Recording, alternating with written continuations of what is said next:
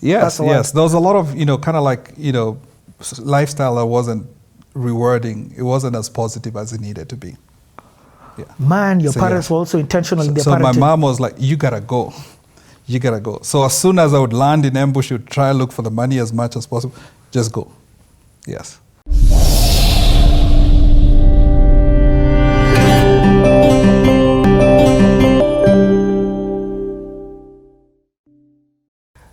But I ended up choosing BA in Econ. BA Econ and Sociology as an alternative to that. Yes. At that point, I was thinking engineering. Computer science wasn't even an option at that point. Yeah. What year is this for context? 90? That's 94, 93, yes. We had one computer in the library. One computer in the library. The first interaction I had with a computer was in the library. And it's for checking out your books. Yes, it was checking out. It was DOS prompt, black screen, yes.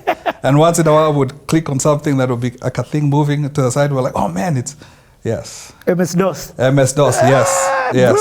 Throwback. Yes. That was the first interaction that I had with a computer. You can imagine, at this point, my kids have everything they need at 5, 6. Hold up, for context, that is so early. I need to say this because I say, when people, for me, 1995 is pivotal when it comes to the computer because of Windows 95 and because of Internet Explorer. Yes. In fact, my transition from BC, before computers, to AD after digital is 1995. It's 95. So you're talking about pre-95 in terms of fidgeting around with the computer. Yes, yeah. It was for checking out books.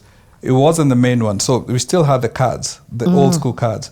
You'd go in and punch and stuff like that, but you still had a computer on the side where people would kind of like look at the computer and be like, okay, well, let me play a little bit on this.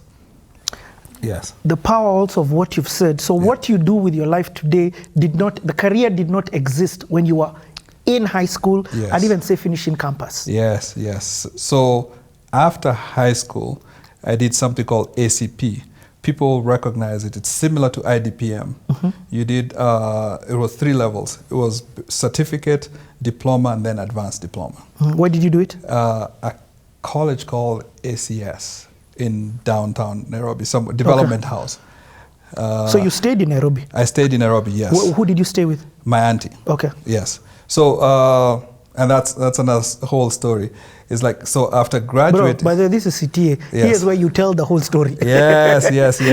So after graduating high school, so eventuality was you'd stay out for 2 years. I'm supposed to go back to Embu. Then my dad has a vision. He says, you know what? Computers are becoming the way of the future. At that point, he enrolls me into this college. But I didn't have a place to stay. There was an auntie of mine who lived in Komarok. And he went and begged her, hey, can my son stay with you? I don't know what the arrangement was. I think he had to pay something. Or she did it for the goodness of her heart. But it was the best experience ever. Now I lived with her family. Her son, who's my age, Tony, was in school. So when you'd come home, we'd share the same room. But they sacrificed for 2 years for me to be there. You were there for 2 years? Yes, before campus started. So you'd stay 95 and 96 until October. That's when you go to campus. But what you're studying at this time, explain to me what it is and what it is doing for you. I mean, this is a pivotal time. First and foremost, now you experience Nairobi from not a tourist perspective. Boarding, in Patch, you're boarding, you're sheltered. Yes. So boarding in Patch was good, and it made you feel good about yourself. By the time you're graduating, you talk to girls, I was in Patch, I'm in Patch. That was impressive. Now, see, I'm 95 now. Now I'm going to Komarok. So now you have to differentiate yourself. You're in college and people are saying, me I live in Karen, or me I live in Gong, me I live Sijui Langata, me I live in Komarok. And people are like, Komarok kuko 1960 batteries. So it was a totally different mindset, but it was a really good environment for me to just understand now what's real life looking like. How do you differentiate yourself now? Umekuja. Uko ground. Uko kwa grao. Yeah. Umepati your pocket money. Umepati 1,000. You're supposed to stay with it for 3 weeks. How do you organize? You and your lunch money, you and your transport, you and your everything. How do you survive and still make it? Wow. What is your differentiating factor? How did you differentiate yourself in this time? Yes, I learned as much as possible what people were doing. A lot of people were studying really, really hard. And people who studied really hard in this course, if they do certificate, they would get a job. Or like attachment or something. They would be andikwa as programmers somewhere. Yeah. So GW Basic was the language that I was learning at the beginning. So I was like, okay, well, how can I learn from the best of the best? Yeah. And it had a creative twist to it. Anyone who's ever done programming, coding, has a creative twist to it. You can answer the question if, then, different ways. Yes. Yes. So I loved it. I loved the creative piece of it. And I learned a lot of, as much as possible for the folks who are ahead of me, who already had jobs. Did you gravitate to anybody at this time? The college was very transient. It wasn't like Strath where there was an alumni. It was people who would come in and do the certificate peke and leave. People who do packages or something called packages. Yep. Yes. Words, MS. Yes, MS-DOS. Like people Excel, who would come and do packages and get jobs. In small bureaus where they would go in and type for people, resumes and stuff like that. But you did this for 2 years. Yes. 95 and 96. Yes. That's a lot. What did Nairobi teach you at that time? And how didn't you get off track? Yes. It sounds like you're just studying and I'm just like, Alex, what's the other side of the story? Yes. Ilinifunza, mwanaume tafuta pesa. Tafuta pesa. You're nothing until you have money. Mm-hmm. You're nothing until you uko na kakitu. That's what it taught me. It taught me that you have to differentiate. Again, going back into that, now the way you do that is, hey, if I have kakitu, maybe I can live in a better neighborhood. Maybe I can influence people from a different perspective. Otherwise, ukikaa pande hii, hauta influence watu wa pande hii. Yeah. You won't connect with the right people, the right connections that you're able to do. Yeah. Yes. It taught me, it was rough. Yes. It was rough for me, because I was trying to kind of find my footing.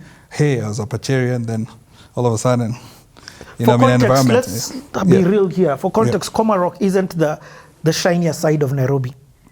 You know that? Yes. It's in the East Lando side, if I'm not wrong. Yes. Yeah. So it was at that point. It was a little bit better than Kayole. Yes. Yes, which is where it's next to. Yes. But right now, when I go back, it's very different from what I thought it was. Yeah. And I'm not saying it from a perspective of hating on the place, because there's gems that definitely come from there. Yes. I'm just saying it was a more difficult lifestyle than the Wayaki way, crossing the highway into the Kileleshwas and things like that. Yes. Because now, when you would go for cross country from where we lived, kind of like in Patch, you'd go through Kuna. I was going to say that. You'd go through Loresho, you'd go kind of like come back again. So it was a good life. You knew that you'd aspire for a good life. Let me give context of Kuna, because Kirubi lived in Kuna. Yes. I mean, in Loresho. Yes. Built, it's one of the richest human beings that Kenya's had. My sister-in-law is neighbors with Kirubi. Oh. So I look at the house, I'm like, goals. Yeah. Yes. So Patch is in that area. There's a lot of embassy places. So it's the leafy suburbs. Yes. Yeah. Yes, it's a leafy suburb. So when you go for cross country, you wish to live in those environments. But now you've left Patch. Yes, Kuja, Wishikoma, in a spare bedroom. She gave me everything that I wanted. Yes. But she also spent a lot of time to advise me. For real? Yes. Because what happened is, young man, I'm growing tall at that point. So I wasn't 5'4", and I was like, growing up to like 5'9", 6 foot tall. I like the girls. Yeah. So at that point, I'm getting distracted. So once in a while, I would bring a girl home and she'd give me msomo kabisa. She'd be like, you cannot do this is disrespectful. And then, are you here to study or connect with people? If you're here to connect with people, afadhali urudi Embu. What if you make some of these girls, whatever? Pregnant, yes. Don't know whatever. What's going to happen to you? What's going to happen to your family? Your family has sacrificed. So she grounded me in that. Wow. Yes, she grounded me in that and letting me know. And she was, she's still a leader in PCA church. She was very prayerful. So I knew Tuesdays and Thursdays she would go to church and pray. Did you once in a while go with her or no, man? So she would bring the prayers back to the home. house, yes. Yes. And I think of that you had to have reflection. How was your week? What do you want to be? So all those wazewa kanisa, they would ask me the questions. Wow. So I had to have a ready answer at that moment in time. Hey, I'm going to campus, I'm doing this, why are you doing this? Have you thought about this? So which was really reflective. coming from someone who's not my dad or mom.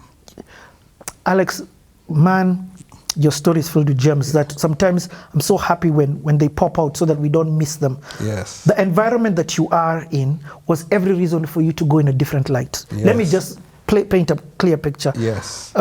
So that people can truly understand it. Yes. You are in an environment that it was easier for you to go in the wrong direction. Yes. But also in the same environment, because I don't just want to paint this picture like this is the worst place on earth. It's not. Yes. There's this light that is there that is protecting you. Yes, yes. And that's why I say there's a song, forget this guy, he's saying, Ni maombi, mama niombe.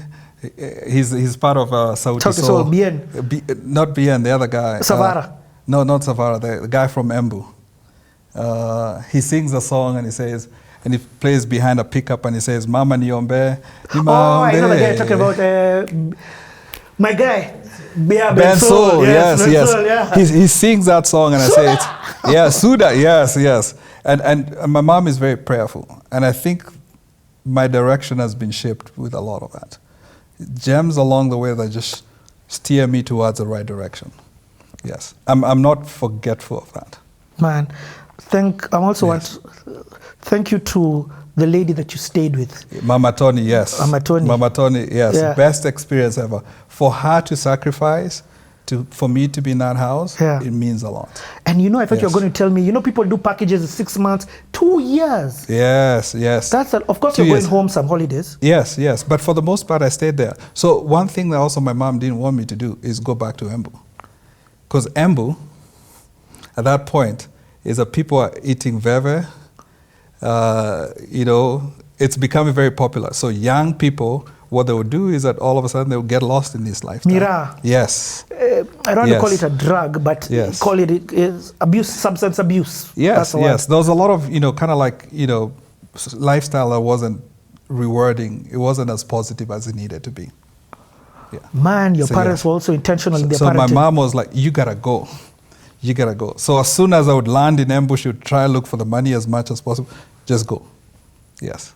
And up to this day, I'm very thankful for Mama Tony for just, along the way, just shaping me and just telling me the truth. Because she was telling me the truth. She's rough. She's like, hey, if you don't do this is going to happen to you. Unataka kurudi nyumbani and become nothing. Yes. Wow. Yes. After these 2 years, you then go into campus? I go into campus. Okay. Yes. Let's take a break here. Yes. Loving the conversation.